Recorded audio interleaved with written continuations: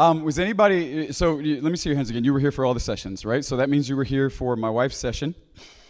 All right, so my wife and I have this little joke, right, because she tells a story, and if you track with the details of the story, then it leads you to very funny places, right? So what I mean by that is, she shared that I broke my back last year, right? That's not the funny place, right? So I really broke my back last year, June 29th, severely fractured my L5, the most extraordinarily humbling pain I've ever known in my whole life, all right? Go to the doctor. The doctor's like, hey, listen, he's a believer. He says, we're going to go with this with no shots, no pain pills.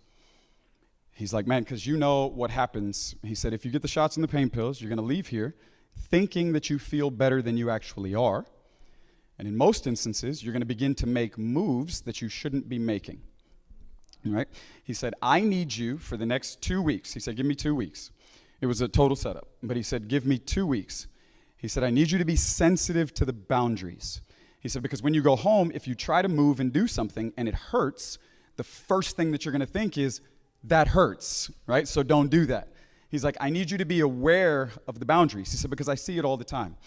He's like, you got to understand, the pills and the shots are a man-made or a synthetic way to deal with pain.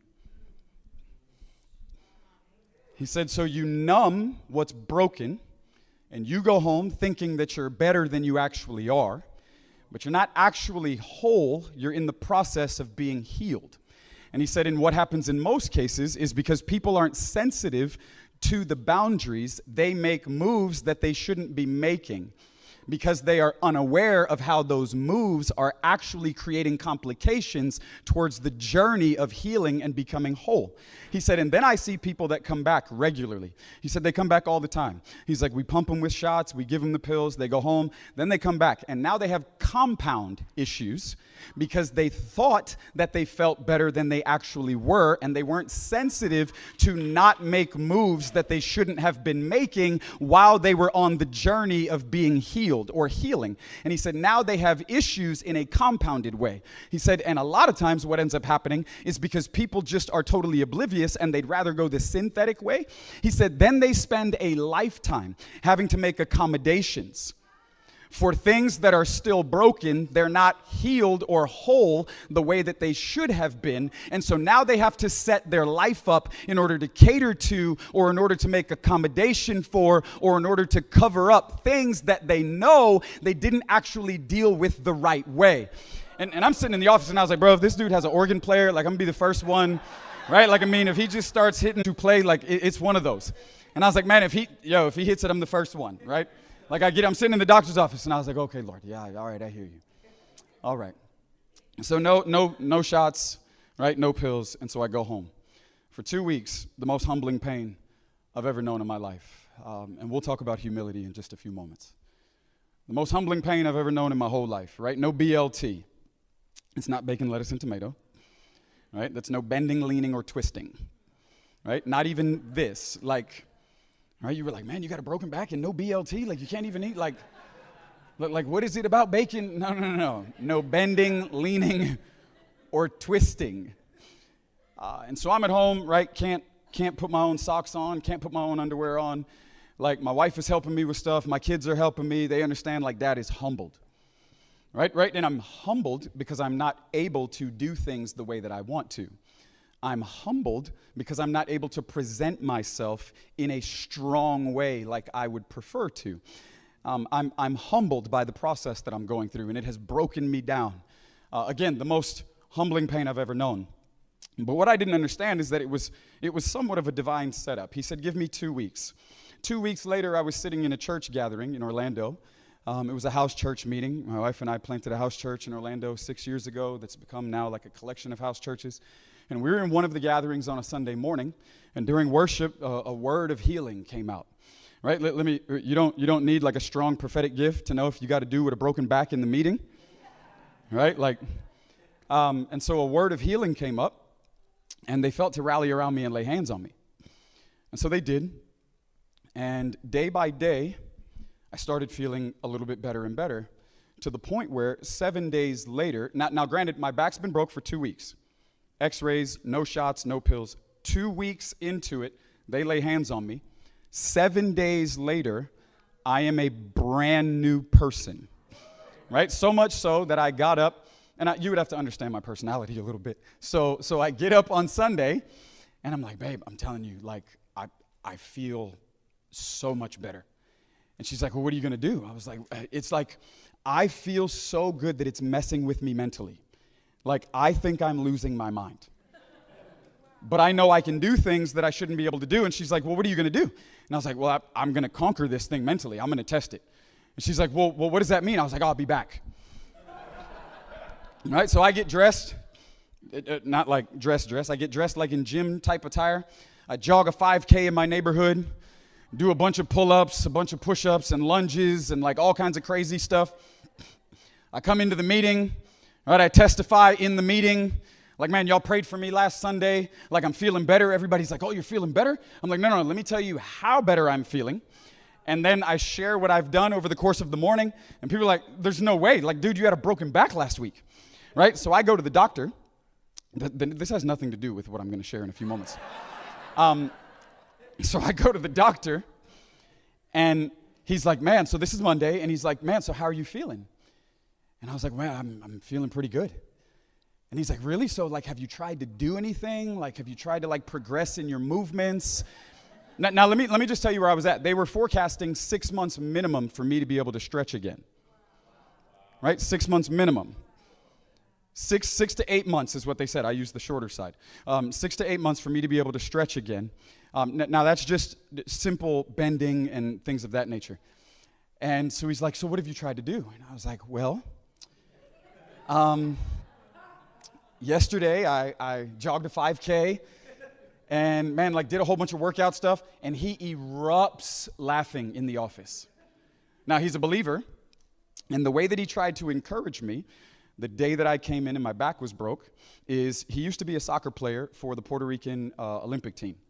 And at 17, 18 years old, he broke his neck on the soccer field. And he was sharing with me, this is how he's encouraging me, right, when I'm there with a broken back. But he's sharing with me that breaking his neck on the soccer field is actually what created the trajectory for where he is in life now, because he would not have entered into like studying and medical practice and things of that nature. And he said, man, I just want to encourage you that sometimes God will take what looks like our most broken moment and use it to frame in our future. He said, breaking my neck on the soccer field at 17 made me a multimillionaire. Soccer was never going to pay him that. And so I tell him what I did, and he busts out laughing. And he's like, okay, no. Okay, if you're feeling better, then we're going to put you through some mobility movements. He does that. He starts crying in the office because he says there's no way that you could still have any sort of issue, because if you did, you would be squealing and wailing right now. And he breaks down, and he's like, I have no way to medically document like what has happened to you. We have the x-rays from 3 weeks ago. This is not supposed to be possible, right? So why is this even funny, right? Because so far I've shared nothing that's funny. Anna shares that I broke my back. Then we found out that we lost a baby. And then 3 weeks later, or 3.5 weeks later, this was all in a matter of a couple of days, me breaking my back and us losing a baby. But 3.5 weeks later, she found out she was pregnant again. But she never said that I was healed.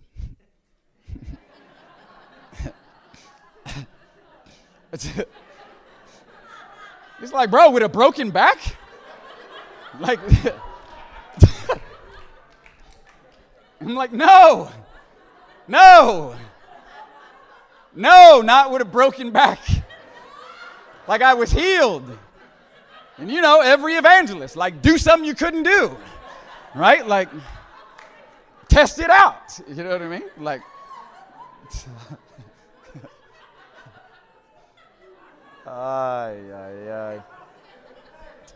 Some of you are not going to remember anything that I say.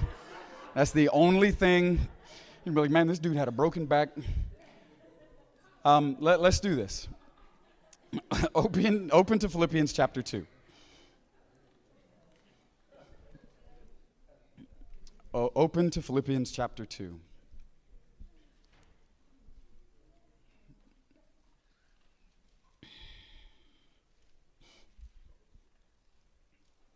I do feel like the Lord has been building a conversation with us, and myself included. That's why I say us, right? We're not exempt. And for that, I want to take a look at some things out of Philippians chapter 2 tonight. And so if you have that, let's hold that, and then you can grab John 13 if you'd like to do that. In Philippians 2, we're going to look at verses 1 to 11. And in John 13, we're going to look at verses 1 to 5. You don't have to turn to Revelation 13.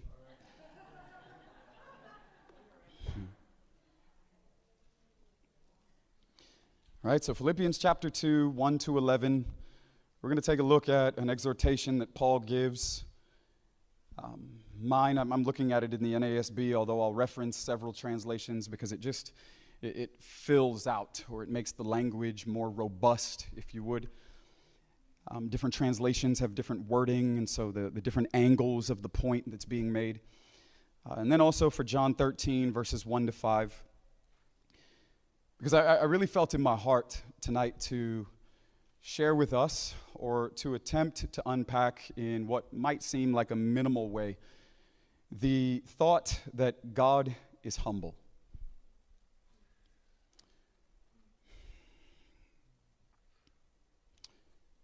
He's humble. And if we're not careful, then we get influenced by the discipleship agenda that the sway of the wicked one and the current or the pattern of the world has issued.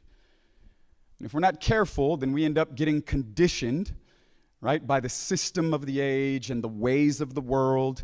And what I mean by that is that the conditioning or the discipleship effort on part of the rulers of the age, powers and principalities, and just how all of that influence gains traction in the hearts and in the minds of people, that then creates a certain current or a trajectory that the world is on. It creates a pattern, right? Paul would say in Romans 12:2, be ye transformed by the renewing of your mind, right? But he says, don't be conformed to the pattern of this world.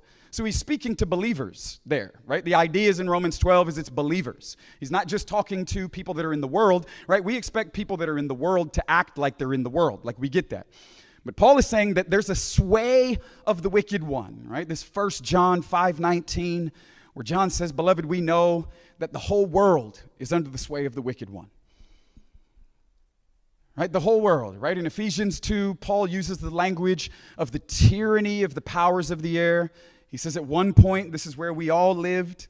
He says, but God in his tender, loving mercies, right, in Christ made us alive to him. And now we can actually see his son, and we live in this constant or continual place of fellowship, and it's real, and it's beautiful, and it's transformative. Right? So he says we all used to be a part of this category, but God has done something by his own desire. While we were imprisoned in this category, right? No power to produce a change in the category. We were all what the language in Ephesians 2 would say, we were all dead in our trespasses. Right? A bondage. We were in bondage. We were enslaved to the influence that was being wielded by the spirit of the age, the powers of the air. Right? And their goal was to make us indulge on the lustful thoughts of the heart and of the mind. Right? So whatever I feel I want, or whatever I think is best. Right? This is the goal of powers, to get us to reject God's loving invitation to see him, come to him, learn from him, and then have our life, I guess you could say, harnessed by his loving boundaries of what is the best possible way for us to live our lives in an ongoing way. Right? Paul says we were all prisoners, but God has done something. But God has done something. Not we have done something, God has done something. right? We were sin satisfied. We were dead in our trespasses. We were self-centered. We were a slave to self-satisfaction. We were constantly overindulging in the lustful cravings of this natural man, the system of the age, all of its discipleship efforts, right? To condition us, to train us what we should want, the things that we should esteem, what is pursuit worthy. And if we're not careful, the reason that I bring this up is that we would hear a statement such as the one that I just issued. God is humble. And we lack the necessary appreciation. And appreciation is such, it falls so low on the totem pole of to set your gaze on him or to behold something of him. What is it that was in what you saw that made him as attractive as he is? And I would like to consider for the next few moments that one of those things is that God is humble. And his humility it's just incomprehensible. Like God is humble. Right? And this is where we begin in Philippians chapter 2. Paul writes, again, I'm going to read verses 1 to 11. He says, "Therefore, if there's any encouragement in Christ, if there's any consolation of love, if there's any fellowship of the Spirit, if any affection and compassion, make my joy complete by being of the same mind, maintaining the same love, united in spirit, intent on one purpose. Do nothing from selfish or empty conceit, but with humility of mind, regard one another as more important than yourselves. And do not merely look out for your own personal interests, but also for the interests of others. And have this attitude in yourselves, or have this mind in you, which was also in Christ Jesus, who, although existed in the form of God, did not regard equality with God a thing to be grasped, but he emptied himself. And taking on the form of a bondservant, and being made in the likeness of men, and being found in appearance as a man, he humbled himself by becoming obedient to the point of death, and even death on a cross. And for this reason also God highly exalted him, and bestowed on him the name which is above every name, so that at the name of Jesus every knee will bow, of those who are in heaven and on earth and under the earth, and that every tongue will confess that Jesus Christ is Lord, to the glory of God the Father." God has a desire to be known. There's a longing that God has to be known. I would submit that it's one of the reasons that we have the experience of the age that we have. That God is setting the stage in order to reveal himself or to make known about himself the things that he longs to have known. I would suggest that it's the reason that creation and powers and people were made.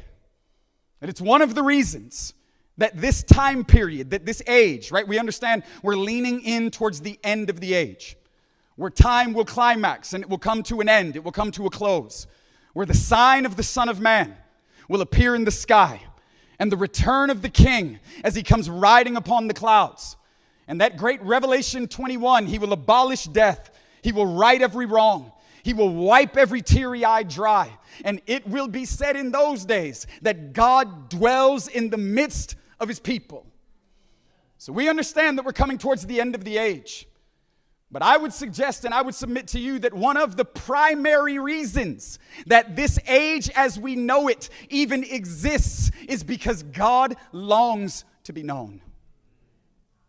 And he's setting the stage in order to reveal of himself the things that he has a desire for others to know about him. One of the reasons that creation, powers, and people exist is because God needed a context in order to give a revelation of himself.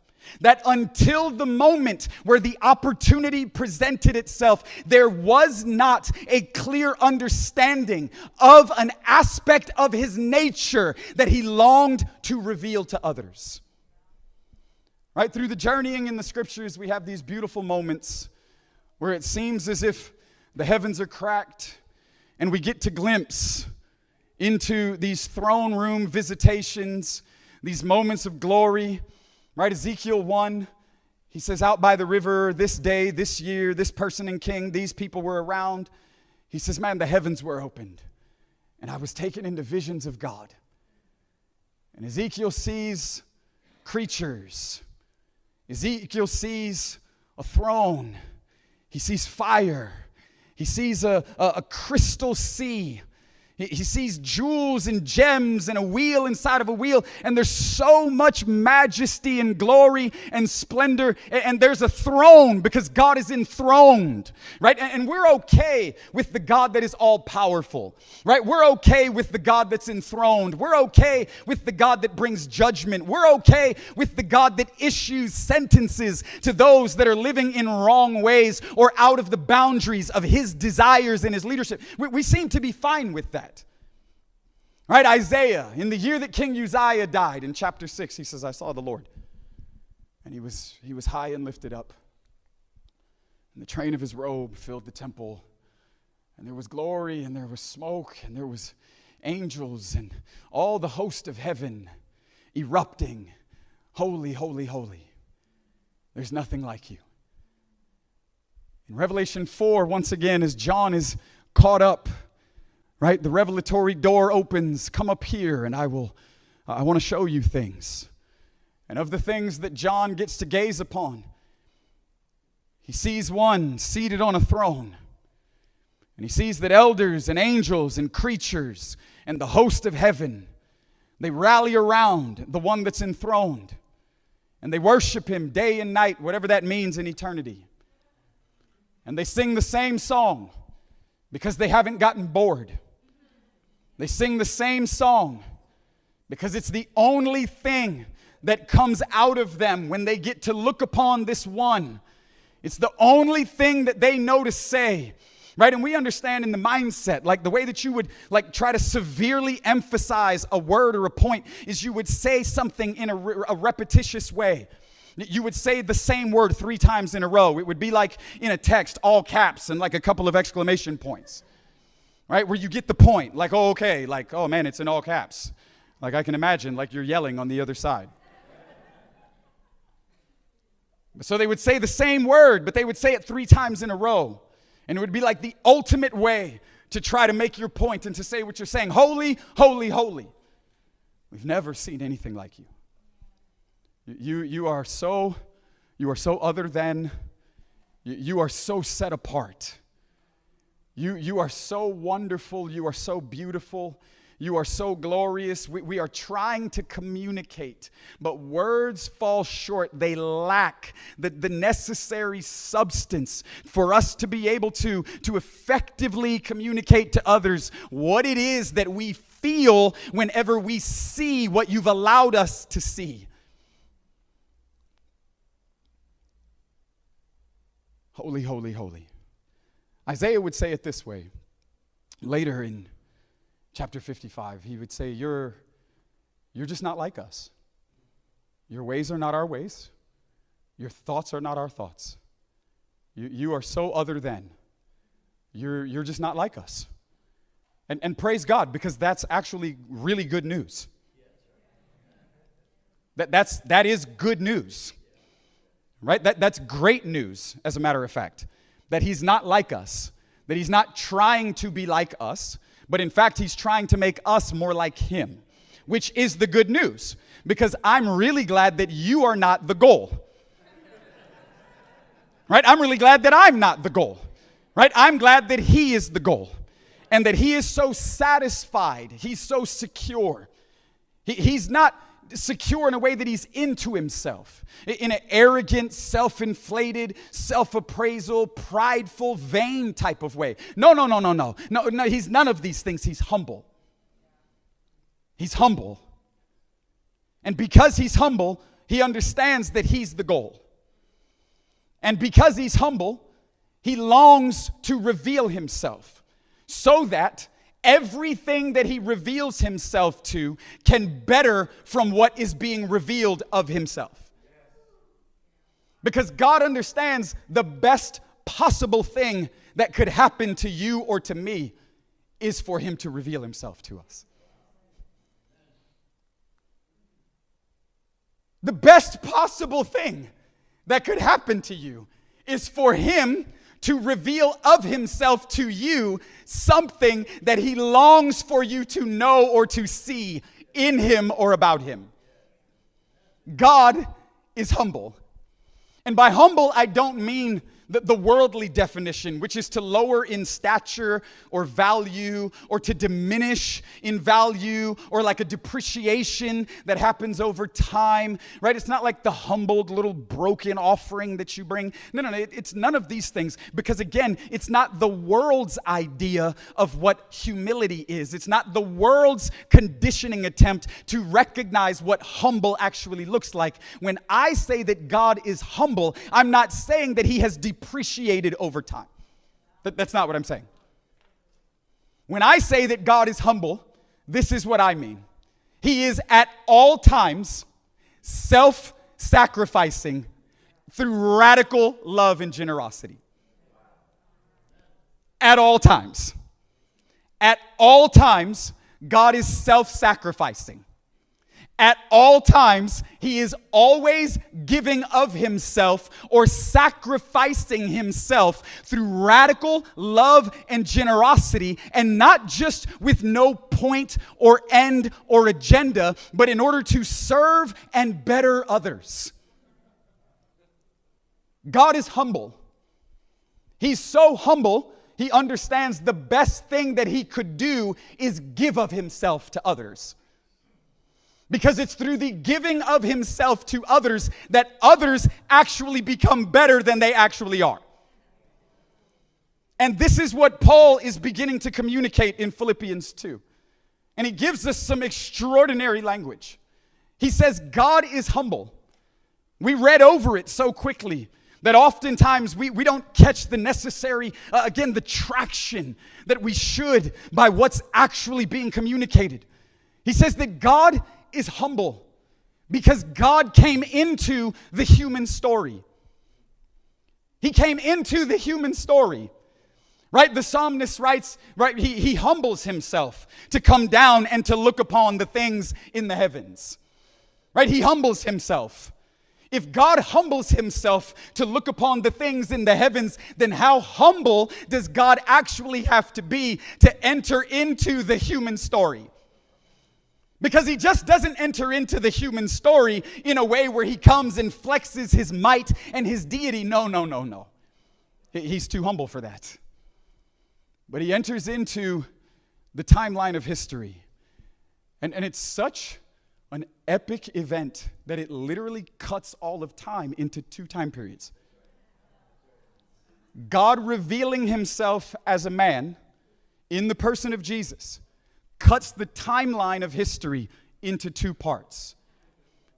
It is the most epic and humbling event. But he doesn't just come as a man, but he enters into the timeline of history, right? The God who is enthroned in the place of eternity, power, glory, majesty, might, awe, wonder, fire, crystal sea, glass, all of these things, elders, angels, creatures. This God humbles himself to come into the human story, but he comes as an embryo in the womb of a woman.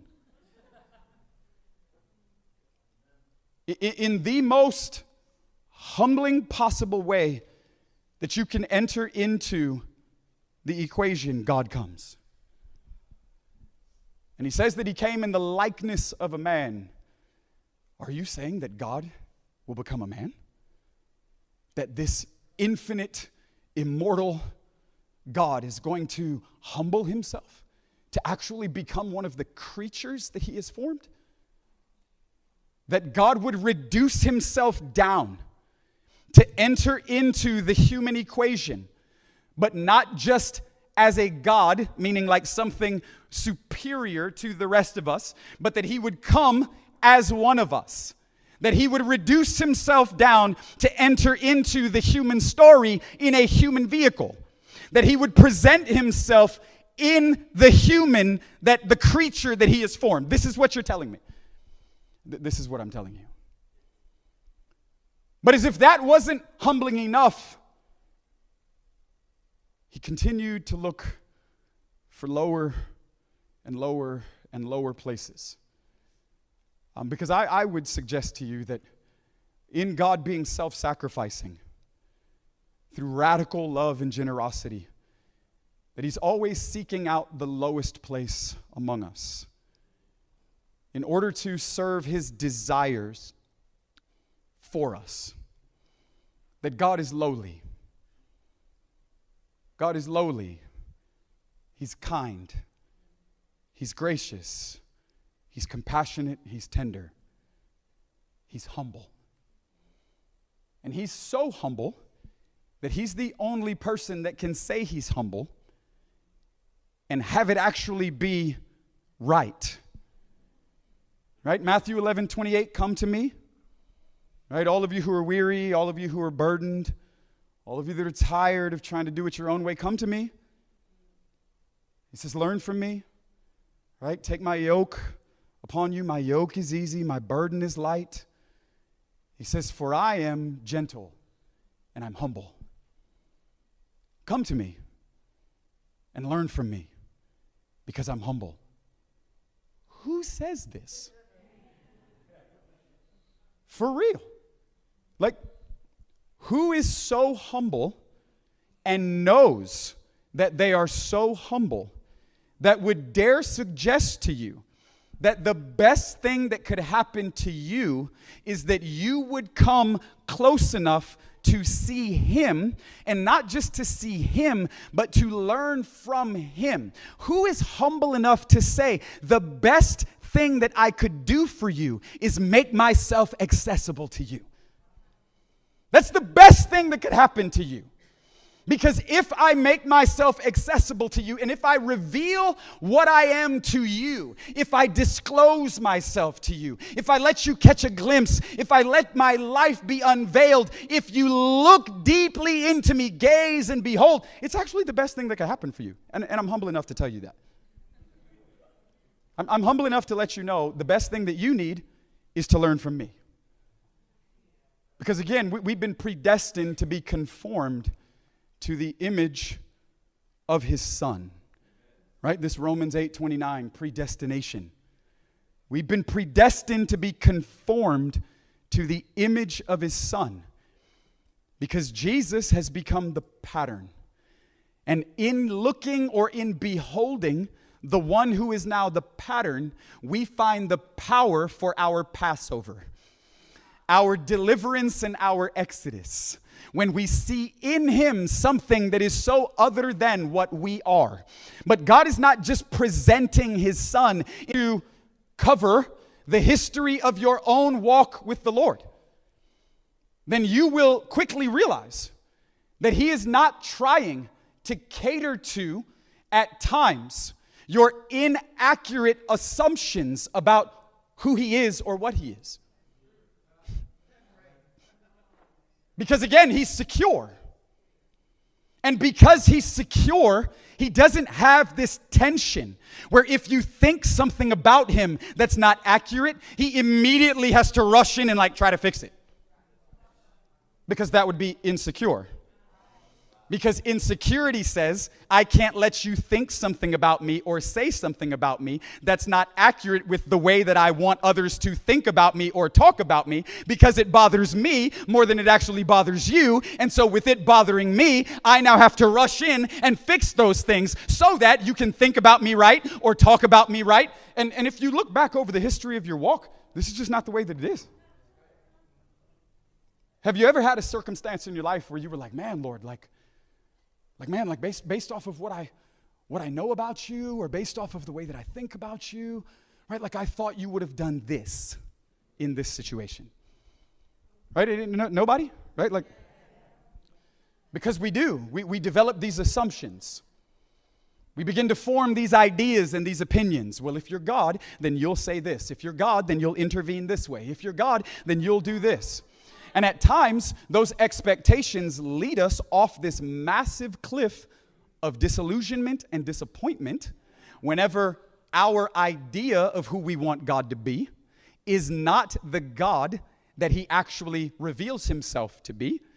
Right? Because again, he's not trying to be more like you or even your opinion about what you think you want him to be like. Right? Habakkuk says, man, I'm looking around in chapter 1 and you're just going to let me lift my voice all day and you're never going to come through. I keep crying out, injustice, injustice. Where are you? You're not listening. You don't seem to care. All hell is breaking loose in life and God is nowhere to be found. And God says, look again. I'm actually the one initiating all of these events. Well, that kind of stinks. Because that's of everything that I would, hope you would say, that's not even last on the list. Like, that's nowhere to be found. Right? Job, when he's suffering in a wild way, he says, man, I wish God were here. Because if he was, I'd put him on the stand. And I'd question him like a man to his face. Really? Okay. And in chapter 38 and 39, God comes. Because in most cases, he's not trying to correct all of your inaccurate assumptions by immediately satisfying the tension or the wrestling of your conversation that you've created against him in your heart. This is not what he's looking to do. He longs to be known, but in his longing to be known, again, he understands the best thing that he could do is to reveal himself to you. Because it's in him being revealed to you that it clears up all of the assumptions we had. It immediately brings correction to all of our inaccurate opinions, all of our accusations, all of our fault finding, all of our evaluation of who God is, who we thought he was, who we want him to be. All he does is he keeps on coming. And he keeps coming. And he says, look at me. I'm going to reveal myself to you again. No, I'm not having your conversation. Look at me. Look at me. Because you should come to me and learn from me. But it's not because there's something that we are supplementing that he's lacking. Right? Even in the invitation to worship, God doesn't invite us to worship him because he needs it. Because he is. And so this might be alarming to some of us. But our worshiping him is not changing him. Our worshiping him is not making him something that he wasn't already.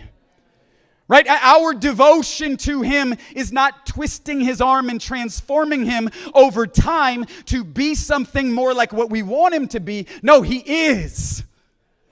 And in what he is, even being adored and being adored forever, he is unchanging. Because what he is, and he is it eternally. So if he's not being changed or bettered through the invitation to worship, then who's actually being changed? Who's actually becoming better? Even God's invitation to behold him and to worship him is so that he can serve his desires in your heart and in your life.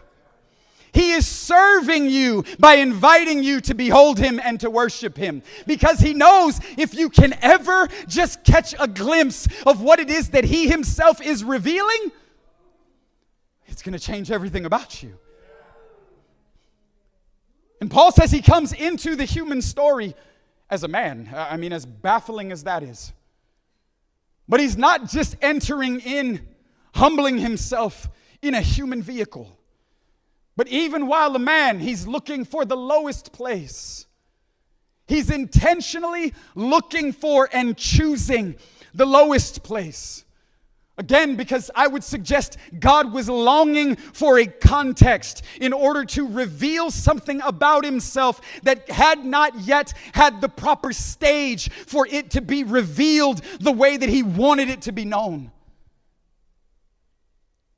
And Paul says it wasn't enough for him just to come as a man. But even as a man, he was obedient and he suffered, and that suffering unto death. And that death was on a cross. And while powers gathered round and mocked, right, had the rulers of the age known that 1 Corinthians 2, 6, 7, and 8, had the rulers of the age known what they were doing when they nailed Jesus to the cross, they never would have crucified the Lord of glory. Had they understood that what they thought was a masterful setup in order to crucify this God and to get rid of him forever and to not have to deal with him or his ways anymore. Had they understood that rather than their plans succeeding, God was simply using them to set the proper stage in order for him to give an ultimate revelation of who he actually is that did not have the right context until that moment for others to actually see him in the way that he longs for what he wants to be known about him to be revealed. And he let them set it all up. He let them set it all up. Understand the process. God as a man yielded himself to the brutality of the process, being beat beyond description, being humiliated, being embarrassed, being spit on and criticized and laughed at and mocked and left for dead, hanging, naked, exposed. This is God we're talking about. And in the middle of the afternoon, God hanging naked on a piece of wood, being mocked by people in powers. He says, now is the time where you'll be able to see something about me that until this moment didn't have the right stage for me to display it accurately. The one who has been enthroned in the place of eternity longed for an aspect of his nature to be revealed or to be demonstrated to people and to powers, and yes, even to the universe itself. Because God is humble. And he's so humble that he was longing for the right setup, the right context, the right stage to be set. He was waiting for circumstances to align themselves properly in order for him to give a revelation of himself. Because God longs to be known. And in the middle of the afternoon, there God hangs.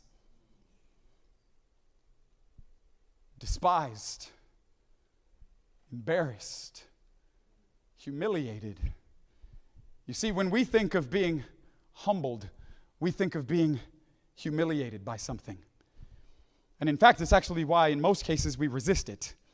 Right? There's something about us that doesn't like to be humiliated. Right? Nobody's, right, like, oh, I love that. Right? None of us, right? There's something about us that does not like to be humiliated. Because again, we've been conditioned by this world and the pride of life.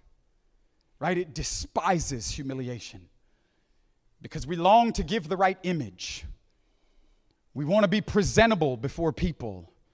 We want to seem powerful or popular. We want to seem right. Right? None of us want to be embarrassed. We don't want to be mocked. We don't want to be criticized. We don't want to be talked about.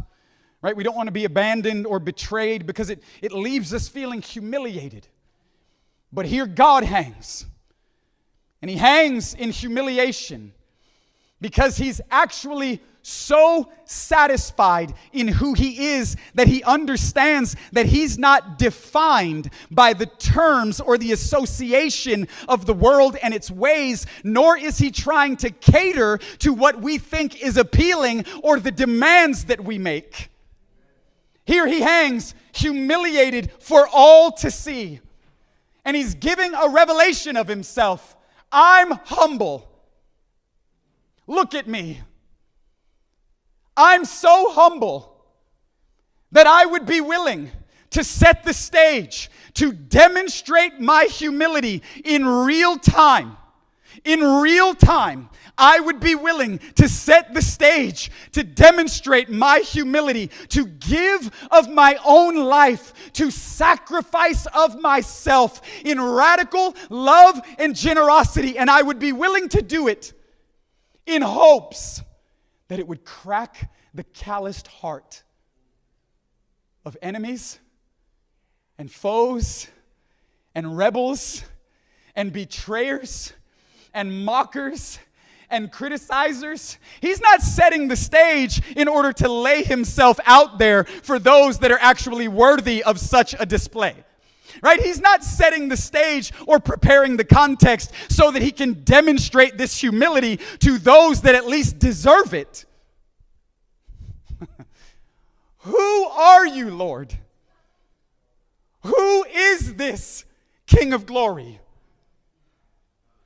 Any God that would be willing to lower himself to the absolute lowest place and be willing to joyfully, for the joy set before him, to joyfully be embarrassed and criticized and humiliated and mocked and beat and tortured and spat on and left for dead. Any God that would give of himself this way and in such an extraordinary, incomprehensible way, in hopes to reconcile enemies and executioners? Any God that would be humble enough to constantly sacrifice of himself in the most generous and radically abundant, loving way.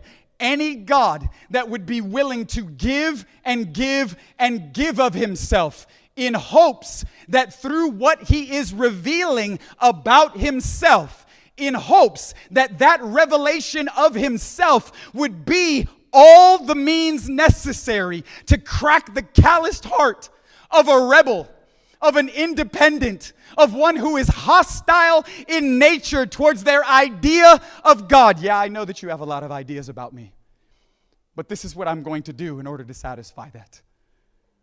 I'm going to lower myself to the lowest possible place among you. And I'm going to do what no one else can do. And I'm going to set the stage. And I'm going to set the stage. But in setting the stage, I'm going to set an ultimate stage. Because it has to be a stage that is humble enough or humiliating enough in order for me to reveal how humble I am and the length that I am willing to go to demonstrate my humility towards you in hopes that it would be enough for you, that you would see something that is so not like you, that you would see something that is so other than, so holy, that you would be willing, that it would melt your heart when you see it. This is what I'm hoping it does. And I know that there will be some that will reject my offer, but I'll do it anyways. Because I'm humble. And God sets the stage and reveals his humility. Because he's the only one that can be trusted to wield all power and authority in a way that is constantly trying to better others.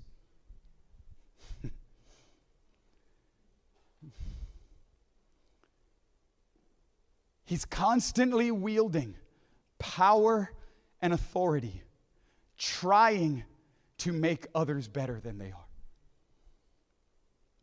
Any God that is at all times wielding power and authority to make others better, friends and foes, betrayers and buddies. Any God that this is who he is, you have to understand the cross is not an immediate solution to what looks like an eternal consequence or a problem. It's not like, oh, okay, well, I'm going to have to do something that's kind of outside of who I am, but it's what has to be done. I have to do this, but it's not like me, right? I have to give myself this way because it's what's going to satisfy the situation. And so I'm willing to do it even though it's not who I am. This isn't some facade. It's not some act, right? It's not some demonstration in order to create an opinion about him that's not actually accurate with what he wants to be known about himself. And any God that is constantly searching out the lowest places among us, wielding power and authority in order to better us, and is willing to sacrifice of himself in hopes to reconcile enemies and executioners, any God that is this way is a God that can be trusted with our whole life. A God that can be worshiped for all of eternity. You do understand God is the only person that can be worshiped forever and not be changed. Man, some of us can't get a couple extra likes on a post. Right? Like, no, bro. Have you checked my post lately? Like, yo, I got 13 more likes than 2 hours ago. Like, hey, listen, you ain't got that many likes. You know what I'm saying? Like, bro, I'm just telling you. So some of us can't get a few extra likes without it changing us. We were not actually made with the capacity to be worshiped and be unchanged by being worshiped. God is the only person that can handle being worshiped forever and ever and ever and remain consistent, remain what he is, remain the great I am, consistently be self-sacrificing, even though he's being worshiped and adored forever. And any God that would be humble enough to keep on giving of himself with the overall agenda of making me better is a God that can be trusted with my whole life. And this is what we find in John 13. For anybody who thought I forgot, it's a constant thing.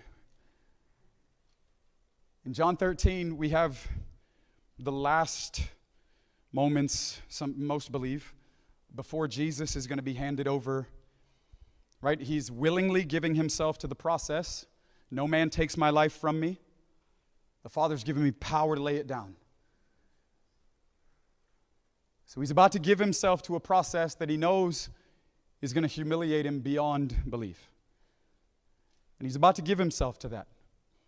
And in John 13, we understand, because it actually says that when you look at John 13, knowing that his end was drawing near, or that the days were being fulfilled where he was going to give himself over to what he knew was his whole reason for being.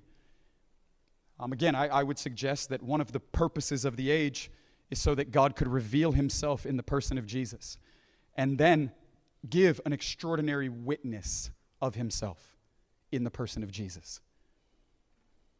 And he knows that his days are coming to a close. They're drawing close. And it says that he knew that he came from the Father. And he knew that all things had been given over to him, or some translations say all power had been given to him. And he knew that he was going back to his Father. And those that had been given to him, he was responsible, and he loved them. And he loved them to the end. And the devil, already having put it into the heart of Judas to betray Jesus. Let me just tell you. Right? Side note, little rabbit trail for a second. Any man that can walk with God as a man for 3.5 years and still be given over to the voice of the enemy, still yield his heart to demonic agenda, right? Judas sold Jesus out for $30, right?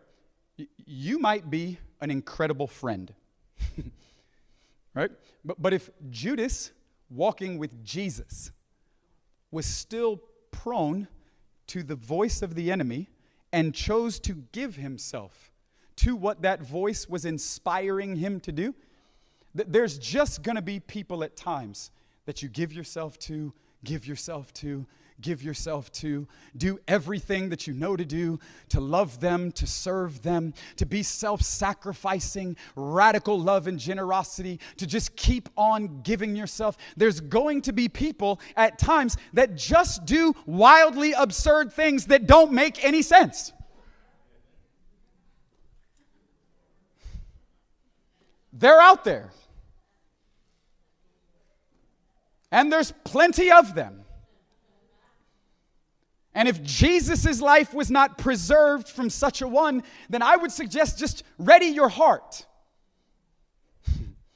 Right? Because Judas puts Jesus on the cross, not John. Right? John's loyal to the end. Right? He thinks of himself, I'm the one that Jesus loves.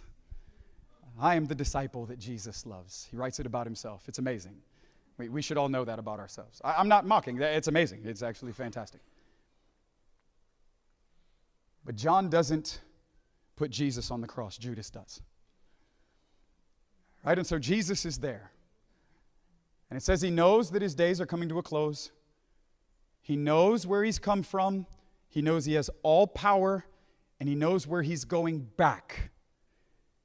And he knows that among them is one that is betraying him. And it says in these moments, because what you understand as well as I, is towards the end of someone's life, what tends to matter most is what comes out. Right? I've never sat on the bedside of somebody that was about to cross over into forever or eternity. I've never sat in a hospital somewhere or been in someone's home where they knew they had hours or days or moments left. And just hear them say things like, you know, if I could do it all over again, like man, I'd love to see the Rocky movies again.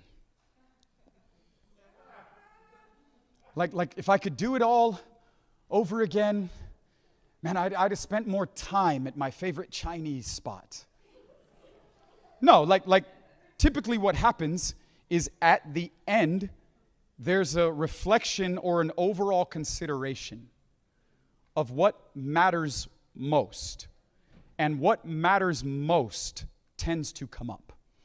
It tends to come out. And so Jesus is at the end. He's close. And it says that his response to the situation that he is in, again, this is in John 13, is he gets up from them and he unrobes or unclothes himself. Because he's always trying to expose himself to us.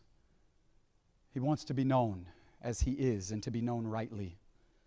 And in order for him to be known rightly, he must reveal of himself what he longs for others to know about himself. And he unrobes himself or he unclothes himself. And it says that he takes on the garments of a servant because he's always wielding power to serve. He's always wielding power and authority in a lowly way, trying to make others better. He's always trying to leverage everything that he knows the Father has put on his life in order to serve his Father's desires in both buddies and betrayers, friends and foes. And it says that he gets up and he takes on the garments of a servant and he begins to wash feet.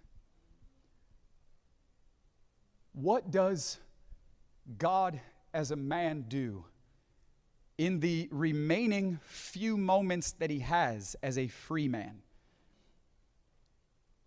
He exposes himself and he finds the lowest place and he serves and he washes feet.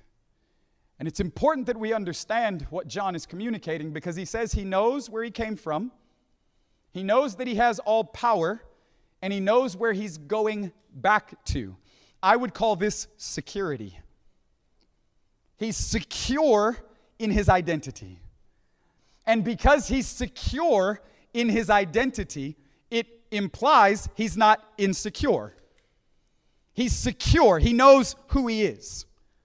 And because he knows who he is, and he knows whose he is, and he knows that his Father has trusted him with all power, all authority, all glory, he is secure in his identity.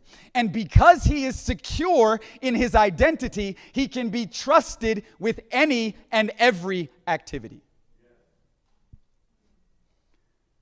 Because he understands that the invitation to an activity is not an assault on his identity. Because he is what he is. And it doesn't matter what he does. It doesn't matter the things his Father asks him to do. What he's doing does not affect his overall state of being. Let me make it simple. Right? Some of us reject activities that are not in alignment with the way that we want others to think about us. And so we're not free to participate in any and every activity because we would only look for or yield to the activities that create the ideas in other people's eyes and minds of who it is that we want other people to think we are. And it's because we have insecurity that we look for activity to supplement the things that we're lacking on the inside. Oh, man. And so I have to go looking for things to do because I don't actually believe who it is that God says I am. And now I'm only willing to do things that are going to create the ideas that I want other people to have about me. And so there's no way that I would humiliate myself and get up and wash feet. There's no way that I would look for lowly places in order to serve and to be self-sacrificing through radical love and generosity. Are you kidding me? I've graduated from things like that. Like, I don't do that type of stuff anymore. Like I've hired people to do that kind of stuff.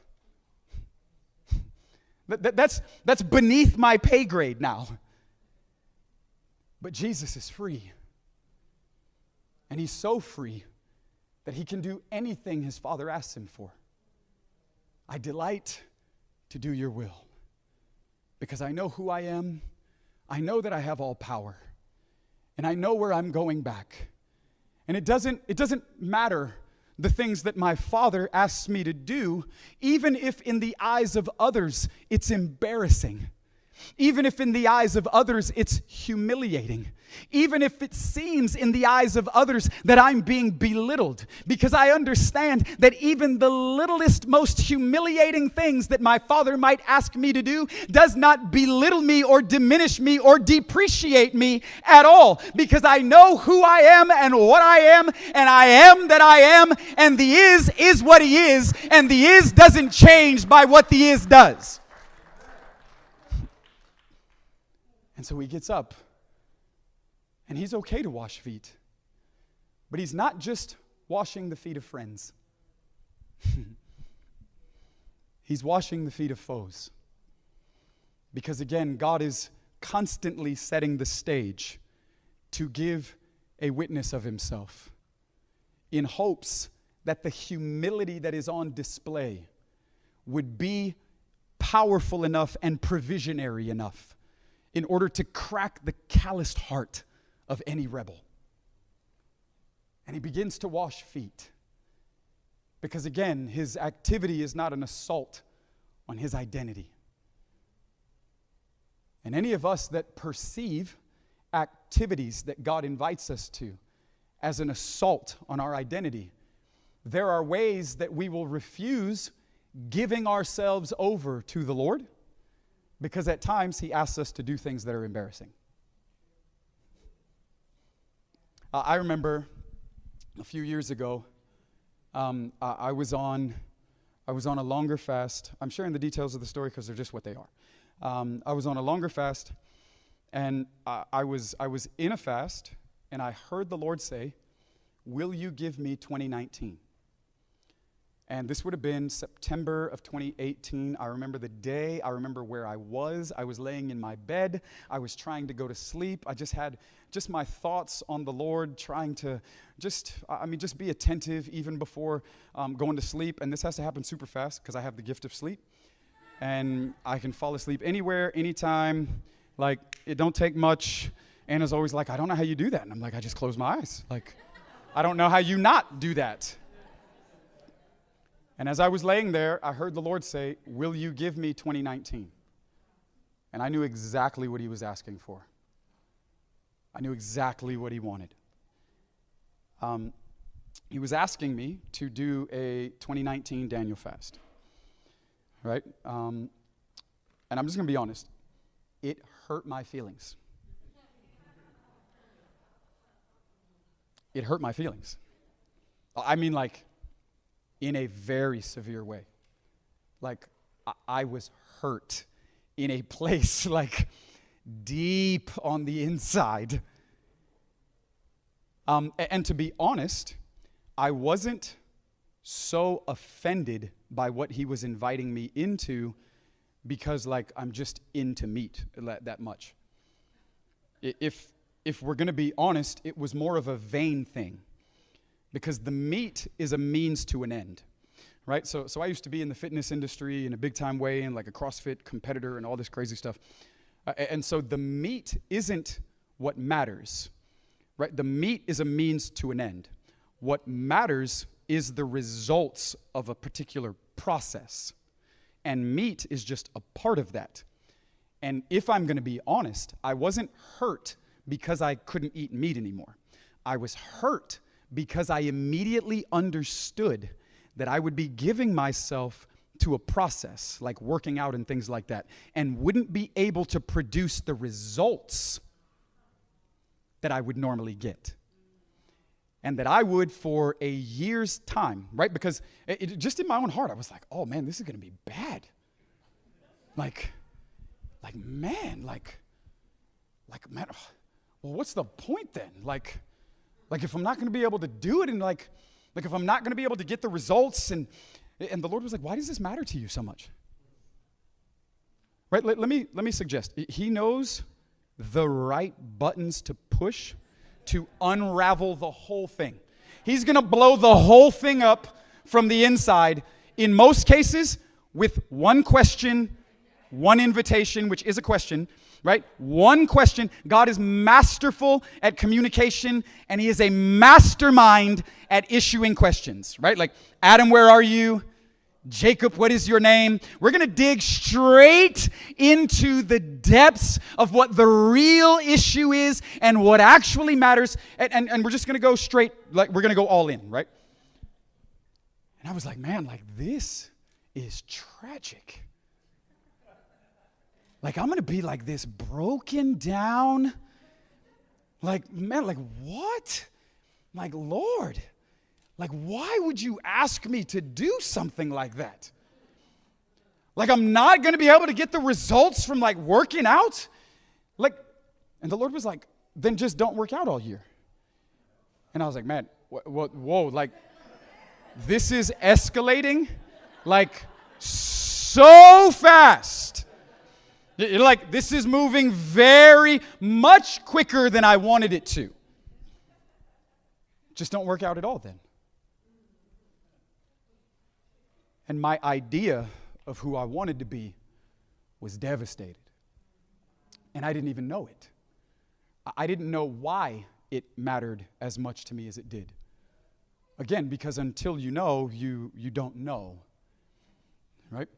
But the Lord invited me to a particular place that I felt was absolutely humiliating. And he did it because in him being self-sacrificing and longing for me to see something of himself in what I considered to be a humiliating place, he could set me free from all of my own ideas and the agenda that is driven with the images or the personification of what it is that I'm after most times. God sets me free from me by letting me see more of him. And he sets me free from the me that I think I want to be by letting me see who it is that he is. Because in seeing him and beholding him, we find provision for our Passover. We can cross over. We can have our exodus out of the deliverance and the bondage of our own idea of ourselves. And so I gave myself to this journey, and it was absolutely humiliating to me for a long time. And I could not, for the life of me, figure out why it mattered to me as much as it did. And I was like, Lord, am I that vain? I didn't want him to answer. I felt like I already knew the answer to the question a little bit, but I was like, Lord, is this really something that's alive on the inside? Like, Lord, because I'd be lying if I said that this didn't hurt. Like this is painful. Like what you've asked me for, it seems so ridiculous to others. And others are like, who cares? Right? Others are trying to avoid the gym. You know what I mean? Like others are trying to avoid it. Right? And I was like, Lord, why is this so painful? And it hurt. But it hurt so good. And it was painfully beautiful. Right? At times, there's just going to be ways that we resist giving ourselves to the Lord if we feel there's going to be any ounce of humiliation that's associated with it. And anything that is embarrassing to you, you'll find reasons not to do. But this is not who God is, because he's humble. And he's okay with being embarrassed according to what people think, because he ultimately knows that he's humble enough to handle it and to reveal of himself to others something potent enough to crush the influence and the conditioning of the world's and its system in our own hearts.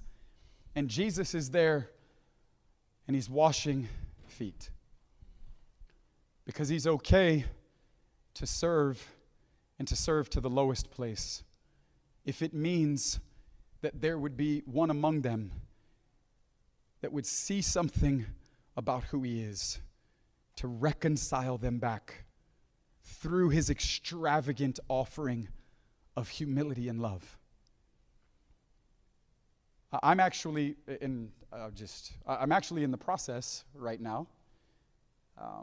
This is going to sound super stupid to a lot of you, and that's cool.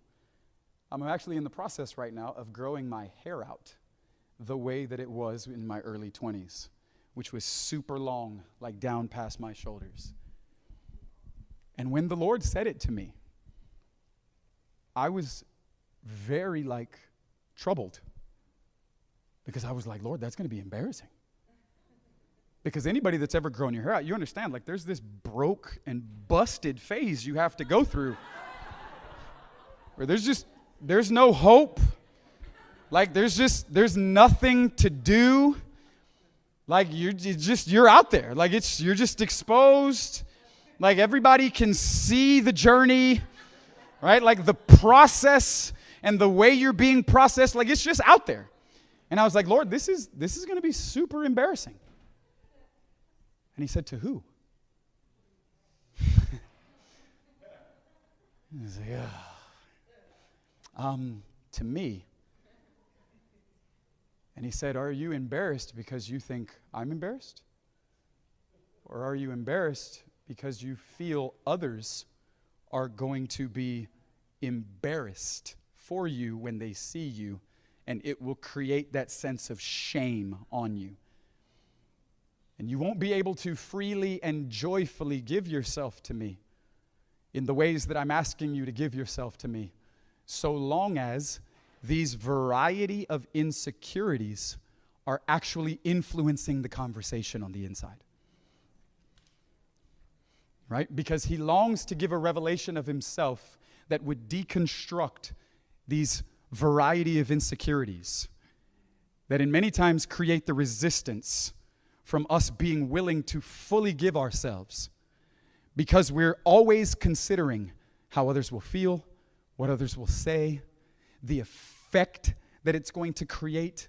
What will they think about me? How will I be perceived? And all of these things, they dominate the conversation, so much so that in most instances, we remain reserved rather than, like we sang out earlier, I'll become even more undignified than this. Who is that a statement to? It's not a statement to God, because God knows that he can be as undignified in the consideration of the eyes of others that would be embarrassed or be humiliated to actually consider having to do what it is that God is willing to do. Well, that would be embarrassing. It would be humiliating. So he's not talking to himself.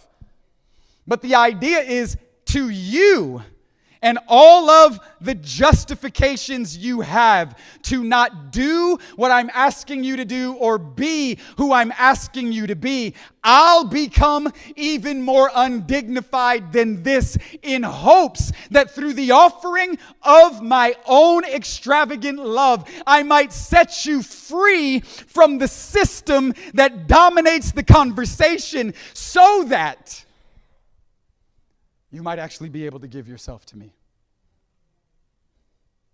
Because I'm humble. And I want you to come and learn from me. I believe that tonight God wants to destroy the conversation of insecurity on the inside. That is creating all of this tension and resistance where we can't wholly give ourselves over to God the way that we know he's been inviting us. The way that at times when we close our eyes and we envision this life of joy and freedom. Right? Because real freedom is found through God's invitation to become more like him. But he's humble. So many times the pathway is through humility, which sometimes is humiliating to us. But it's humiliating to us according to the world system. But it's so freeing. It's so powerful and so real. And I believe that tonight, the work of the Spirit in our hearts wants us to catch another glimpse of just how beautiful this God is. So that in seeing something else about his beauty, he might invite us out of and away all of the resistance, all of the wrestling, all of the constant, the fighting and the struggle, and just all of what is the natural human nature. That tonight the Spirit wants to give us another glimpse, another place of beholding, another beautiful unveiling, so that we can actually come out and pass over. What would it look like for you to give yourself to the Lord tonight, the way that he's inviting you to? And not the way that you've already created, well, this is what I'm willing to do, and then I'm just going to demand that you accept this. Or this is what I'm willing to do, and I'm going to beg you to bless this. What would it look like if you didn't create your own terms, but you were willing to shed all of the humiliation, the insecurity, the embarrassment, and just go for it? Come on, let's stand up for a moment. I'm going to ask if our team will come back and just play something for us.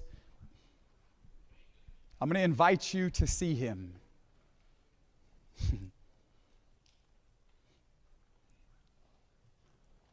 Because I believe that in seeing him tonight, there's going to be an unraveling on the inside.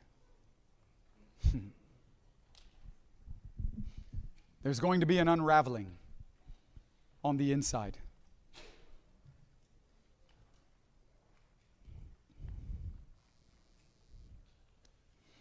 Because I believe that tonight, that there would be nothing greater in the context of our conversation that God would long to do in you than to set you free from the opinions of others.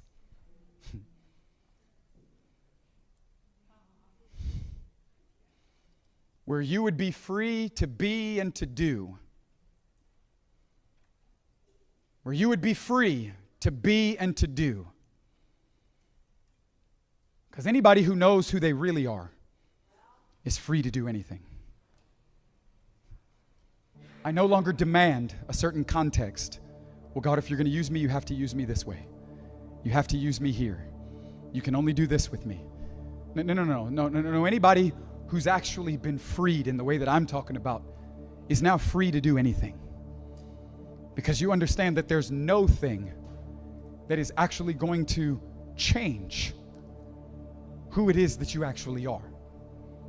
And so whether it's what the world considers to be the highest place, or whether it's what the world considers to be the lowest, most ordinary, obscure, insignificant place,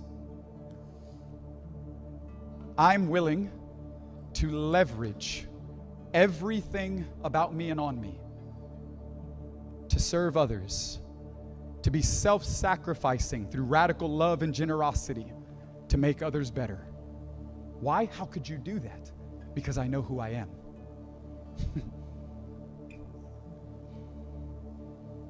Let's close our eyes for just a moment. I'm going to pray, and then I'm going to invite us into a time of worship.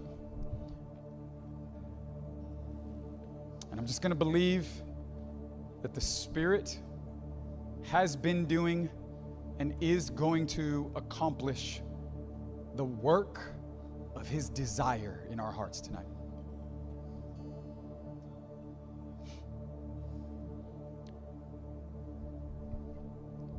All over the room,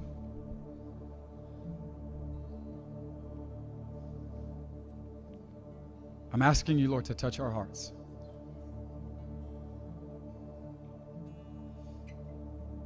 Touch us in the place that would completely expose the whole crux of the matter, the hinge point,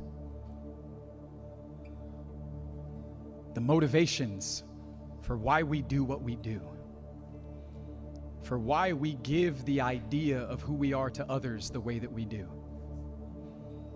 All of our performance and our provoking of the opinions of others. Lord, touch us in the place that's fueling the whole thing.